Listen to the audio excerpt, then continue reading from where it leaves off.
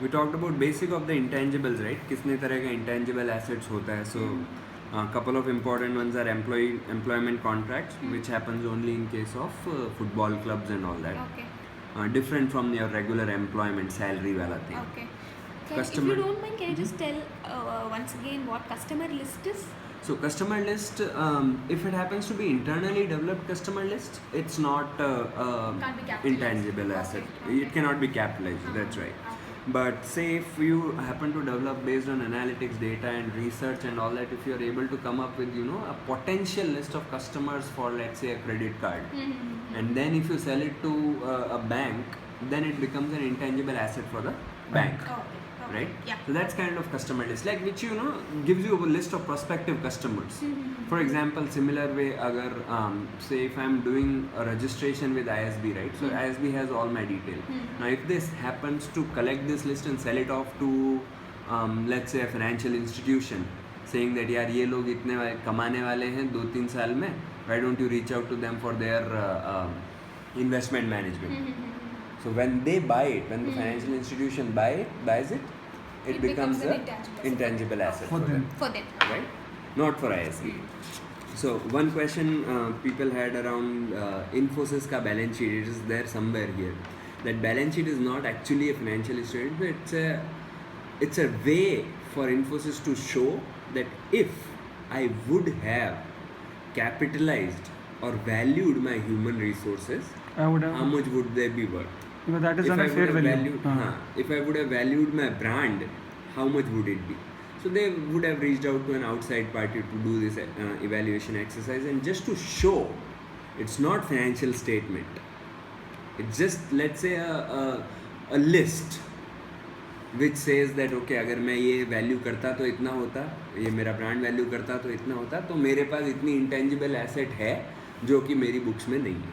Then how come? Because officially I cannot capitalize it. Then how come Vyeth has capitalizes R&D costs here? Pfizer? Vyeth.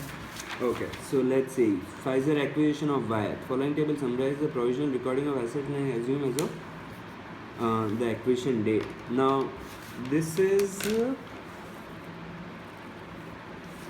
Other than R&D, then R&D in process research and development. right. So all this, once Pfizer has acquired Wyeth, I can then recognize any intangible asset. This is not Vyeth's balance sheet. No. This Okay. is basically, this is not even a balance sheet for that matter. This is basically a list of assets which I have acquired, and it's see here. This is net asset acquired, less amount attributable to non-controlling interest, total consideration transferred. So it is just giving you that how much did I buy it for and what did I pay for. So I paid for all these things, and then part of it is like not payable by me because I am only acquiring partial interest. So of That is the the 68,000, 33,000 is I am not purchasing those shares.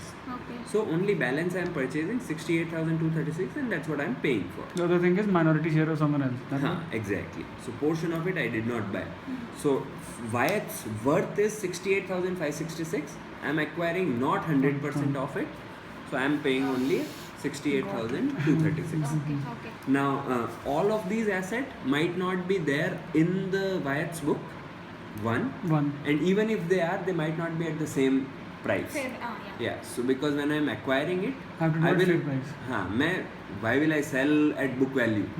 अगर ये मेरी खरीदी हुई अंगूठी है सोने की, कब 20 साल पहले तो 200 रुपए में खरीदी होगी, but I will not sell it for the 200, right? I'll revalue it at the fair value. So again, Sona is gold. Yeah. I understood the My context. bad. It will take. sleep also. Oh, okay. Yeah. It will take I some at least- time for me That's okay. to remember that I should stop talking. I hope it's Hindi. not troubling you. No.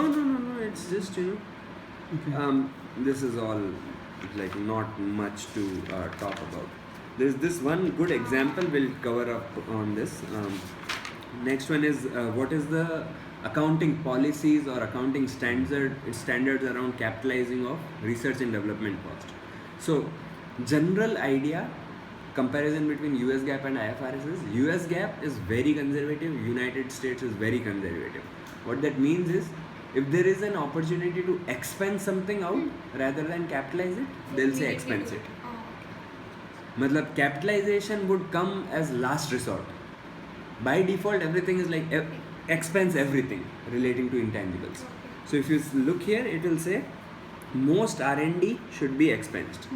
Both research and development, expense it out. Only exceptions are software R&D. So when it comes to software R&D, you need to see कि मेरा एक बार research खत्म हो गया है ना, or rather sorry, this is both R&D. So both research and development, once I have established technical feasibility, this is the word they use in the accounting standard. So technical feasibility is like whether it's a viable product or not. Technically, commercial success not important for US GAAP purposes, right? So if there is a software R&D which is technically feasible, I can capitalize under US GAAP. Good. This is all internally developed thing we are talking about. Okay. If you buy a software, It is It's all capitalized. becomes an asset. normal, You कोई can capitalize it easily. कोई criteria नहीं है और. Okay. But in IFRS, they give you an option. So not exactly option, but there is a guideline. So all research is expensed. Okay. Okay. Okay. But development cost. Now here we are not limiting it to software development. I'm just saying development costs. Any R&D I do, research, expense it off. Development I can capitalize. Provided if- the uncertainty is resolved. Correct. So you're talking about two feasibilities here. Technical तो है ही है, commercial feasibility as well. If Okay, that- I'll be able to make money out of this. Only then I can capitalize. Right. Other than I have to expense it. Now we will not go into technicalities of how do you establish a commercial feasibility, how do you establish a technical feasibility. But if they do, they can capitalize it. Only the development part of it. Research always expense and nothing, no limitation for software or anything else. Good with that? Yeah. Okay.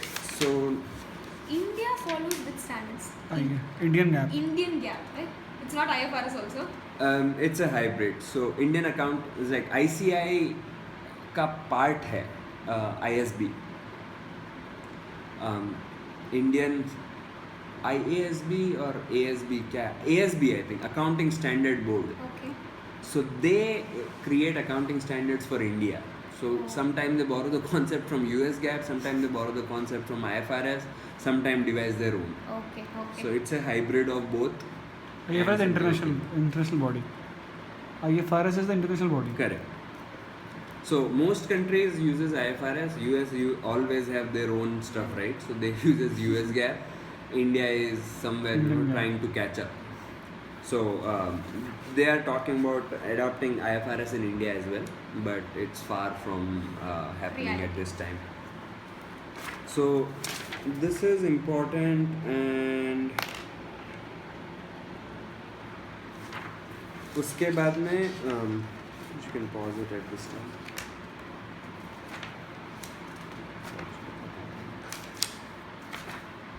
Alright, so there is not much in this after this. We're just gonna cover the capitalization piece and amortization piece of it. Okay? That we need to do it on the board.